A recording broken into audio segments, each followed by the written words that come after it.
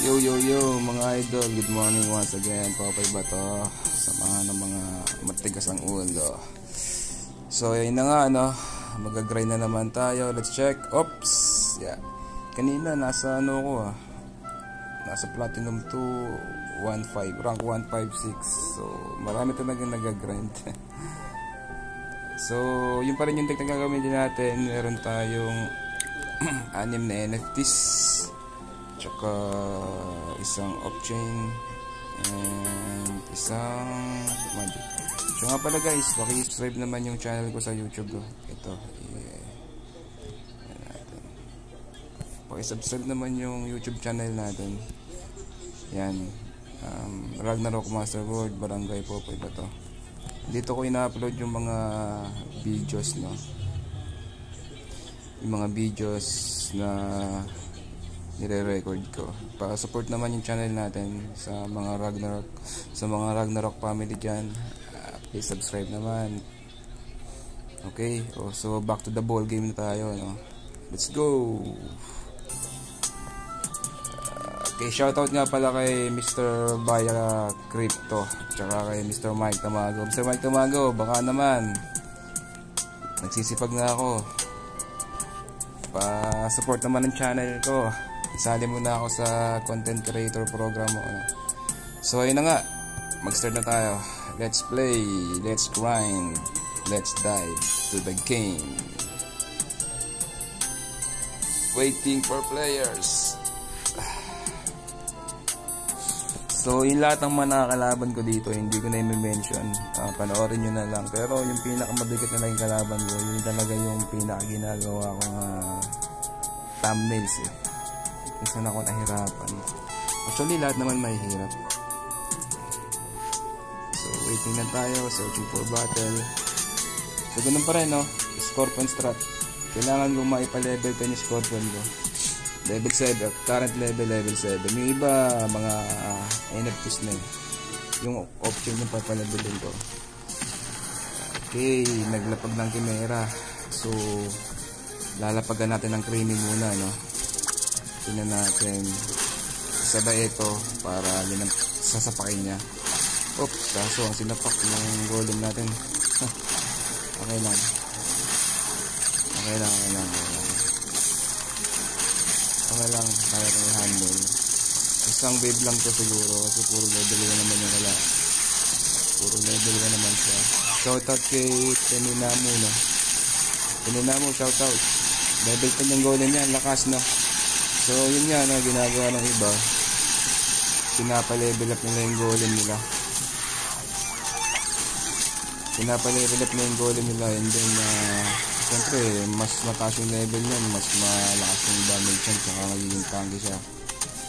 So meron siyang Baphomet na level 3. So pinahabol lang muna natin para yung sasapakin. Lagyan natin siyang palapitin. Masyadong masakit to. So kailangan natin siyang gamitan na ito. Kailangan natin siya mapatay. Kailangan natin mapatay yung Chimera.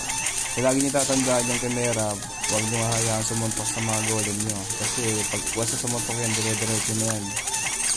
Ang pang counter dyan, itong leaf cut, saka yung mga wolf, yung mga pang counter dyan.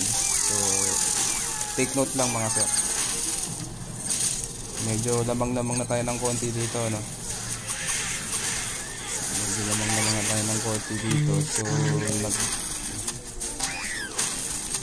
okay, Baphomet na naman siya. Wala kasi tayong wolf na pang counter dun sa Baphomet, Ito lang loot cut yung pang counter natin. Pero pag umikot yan, durog lahat yan.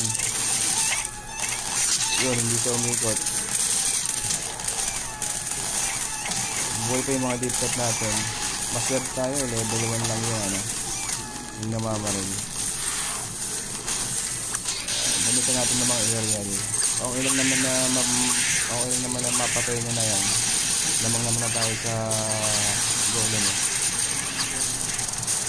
So yun na nga, lagyan natin ng isang tank para huminto. Ito, lagyan natin na ito. Ipon tayo ng konting soul. Ibaksak na natin yan. So So, ayan o. Naglabas na naman siya ng golem. So, ayan na. GG na siya mga sir. Diretso na yun sa kanyang castle. So, yun. GG well played, no? Plus 11. Current rank 1620. Shoutout to Sir Pinanimu.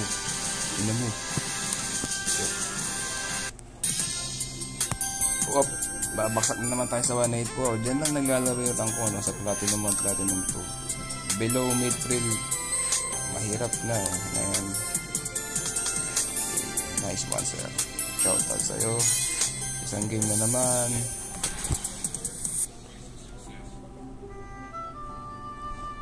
Isang game na naman mga sir, no? Carlos Z. Shoutout sa'yo, Carlos Z. Kung napanood mo to, subscribe na channel ko. Okay, Scorpion King Strat. Palagi natin siyang uunahin. Pag yan ang nakita niya, ilalapag niya lahat ng wag mo dyan sa lane na yan. Kasi pipigilan niya yun eh. Kung meron siyang wolf yan. O diba? Wolf. Pero kakounterin natin yan, diba? Kailangan makawala dyan yung Scorpion din natin. Pag nakawala yung Scorpion, pero okay, nakawala yung Scorpion King natin, ha. Okay yan. Palagi magbabaksak yan ng wolf. So dito naman tayo sa kabilang lane maglalagay ng pressure. Diba? Yan ang maganda sa Scorpion King strat natin. Ipon tayo ng konting soul, pahinga muna ng konti, isip na kung anong gagawin. So open na yung Scorpion King natin mga sir. Wala pang bawas yung mga golem natin, ha? So yan na nga. Naglabas siya niyan. Labas lang tayo na ito. So, pe-pressurein niya ako eh. Nung-pressure ka. Okay lang yan. Banatan natin yung mga damage na mga fragments na pinabato niya. Kaya mo na siya magbaksak na magbaksak. Okay. Okay. Galit na siya mga sir. Nambabato na ng pera eh. Ito na. Maglalabas na naman yan ng wolf. Pero tingin ko hindi pa available yung wolf niya. So bilagyan natin ang aerial pang counter sa mga melee. Ayun na, dire-diretso na yung mga sir. Nasabayan ko pa na itong lead spot. Pressure na siya. Walang wolf, hindi siya naglabas. So ayun na, naglabas siya ng Cobalt Breeder. So galit na siya mga sir. Ayun na nga, may wolf siya. Pero syempre pang-iyo meron pa tayo na ito. So ayan, tsaka sabayan natin yan Scorpion King para yan ang atakihin niya. Ngayon ang technique dito, pag bibilisin yung takbo niya, lagyan mo ng lipat sa hulihan. Hindi na magiging turbo yan. Teka lang, hindi nag-turbo. Sorry. Okay, lagyan natin yan. Pressure na siya. Isang Scorpion King pa. Masakit talaga. Ayan, pabibilisin natin yan, ha. Bibilis na makbuhan din na mo. Ayan. So, yun. Goods na naman, no? Plus 15 ang taas ng binigay sa atin na plus 1 naman. Plus 15. Shoutout kay Mr. Carlos Z. Subscribe ka na sa channel ko, sir. Pag napanood mo ito. Okay, let's grind again. Platinum 2. Rank 152, no? Sa mga natatanong nga pala, ba't di tayo nag-open ng mga treasure chest? Wala na kasi tayong gems. Kasi pagbubukas siya is gems. Kung hindi mo siya mabuksan, magbubukas siya in a certain time. 24 hours, mga ganyan. Tapos makikita mo naman dyan, may countdown siya. Ito, gusto kong kalaban. Mga Genesis Tamer. Shoutout kay Akiro. Okay, Akiro. Shoutout sa'yo, sir. Ayan na. Pag mga Genesis Tamer talaga, mga pinagpala, puro level 10 yung mga NFTs nila. Alam kong GG na ako dito eh. Tingnan mo naman, mga sir. Grabe.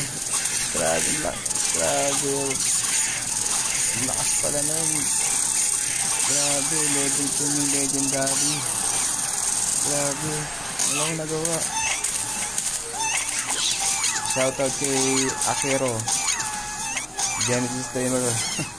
Sir, pasalo sa gig mo. Joke lang. Tatalunin ko kayo balang araw. Huwag kayo mag-alala. Magkaroon na ako ng level ko ng mga Ragmons.